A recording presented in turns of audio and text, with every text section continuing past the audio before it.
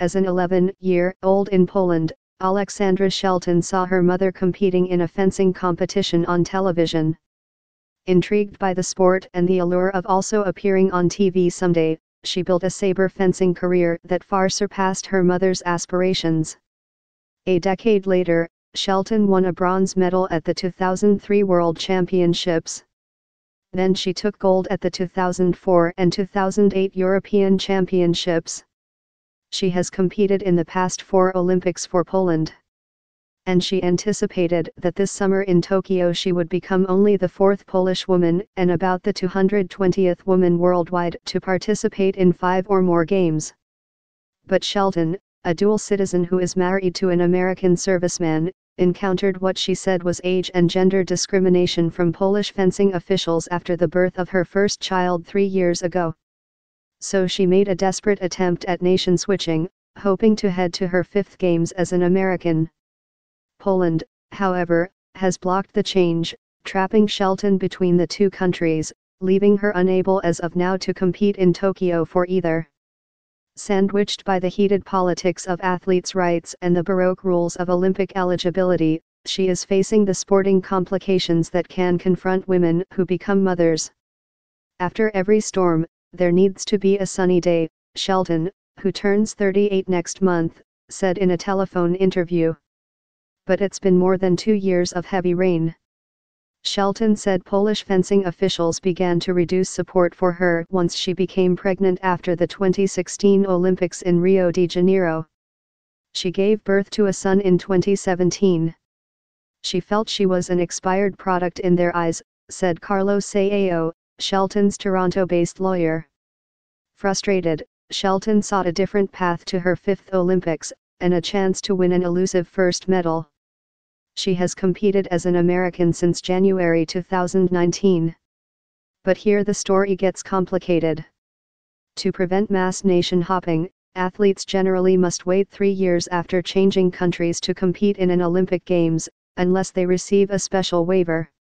A year ago, the matter seemed all but resolved in Shelton's favor before combusting in recrimination during the spring and summer. In September, the Polish Olympic Committee declined to grant her an exemption to compete in Tokyo as an American. And since she has already switched national affiliations once, she can't compete for Poland anymore. The Polish Olympic Committee declined to comment for this article. Shelton has appealed her case to the Swiss-based Court of Arbitration for Sport, a kind of Supreme Court for international sports. No hearing date has been set, and time is growing short. The United States Olympic fencing team will be chosen in April. The case has received widespread attention in Poland, where the national federations that govern various sports operate with near-complete autonomy and can exert tremendous control over the careers of athletes. Internationally, the oversight of sports governing bodies has come under intense scrutiny, including in the United States, where recent sexual abuse scandals have rocked several sports, particularly gymnastics and figure skating.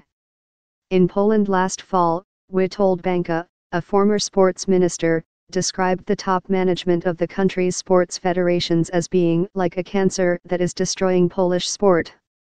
2 top officials of the Polish Fencing Federation said in a joint email that they had not discarded Shelton after she gave birth, but instead had considered her the leader of the Polish women's saber team heading toward the Tokyo Olympics. They expressed suspicion that her effort to compete for the United States was rooted in strategy, not unfair treatment, after Poland's failure to win any medals at the 2018 World Fencing Championships.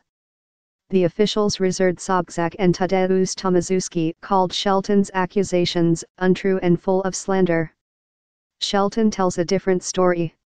When she became pregnant, she said, Polish fencing officials prevented her from becoming the head saber coach at a prominent club in Warsaw.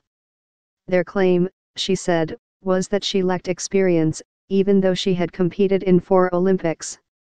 Her coach at the time acknowledged in an interview that pregnancy was a factor in the decision because the coaching post would have required frequent travel and increased demands on Shelton's time.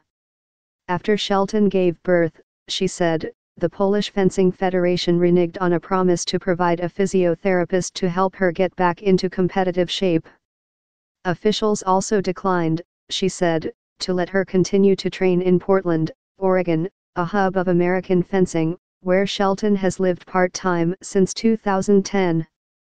While nothing was said to her face by fencing officials, Shelton said she heard indirectly from colleagues that the Polish Federation felt, "I am too old, I should stay at home."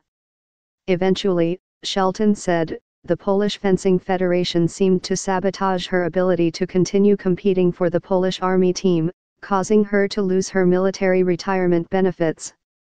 The federation strongly denied this, saying the Army team remained available only to fencers still competing internationally for Poland. Broadly speaking, the federation officials wrote in their email that Shelton was attempting to manipulate the facts to fit her narrative. Despite recent struggles, Poland's 22 Olympic fencing medals, 19 won by men, 3 by women, rank 7th among competing nations. Individual and team competitions are held in épée, foil and saber events. She is not in a shape that would allow her to compete in individual events, but in the United States she could compete as part of their team, said Piotr Stroka, who coached Shelton in Warsaw and disagreed with her decision to pursue a nationality switch. Stroka dismissed claims of discrimination, saying that Polish female fencers are perhaps treated even better than men. In Shelton's case, he said, the federation did everything it could for her. Yet it is not unusual for pregnant women in Olympic sports to find themselves in a disadvantaged position.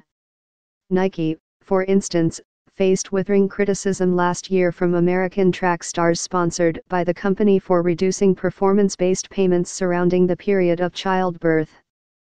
Facing a backlash, the sportswear giant amended its policy. In Poland, sports federations in general have also endured searing rebuke. Bańka, the former Polish sports minister who is now president of the World Anti-Doping Agency, told a radio interviewer in November that federations there are often managed by irresponsible people who run them in an unethical way. After the 2008 Beijing Olympics, Sylwia Grukula, a two-time Olympic fencing medalist for Poland, publicly said the country's fencing federation was incompetent and did not sufficiently support its athletes. After agreeing to an interview for this article, she changed her mind, saying, "I have a good life now and don't want to start a war." Shelton's case appeared on the verge of an amicable resolution early last year. U.S.A. fencing and the United States Olympic and Paralympic Committee supported her in official requests to switch nationalities. The Polish Fencing Federation gave her a release for Olympic eligibility as an American. All she needed to become eligible for the Tokyo Games was a final waiver from the Polish Olympic Committee. But in March, Shelton, feeling exasperated by what she considered foot-dragging, publicly criticized the Polish Fencing Federation. Among other things, she questioned the ethics of requiring her to agree to pay €43,000, nearly $47,000 in cash or fencing equipment to secure her release. The Polish Federation said the payment was necessary to recover training costs it had incurred for Shelton since the 2016 Olympics. Otherwise, officials said, they would have essentially been subsidizing an American athlete.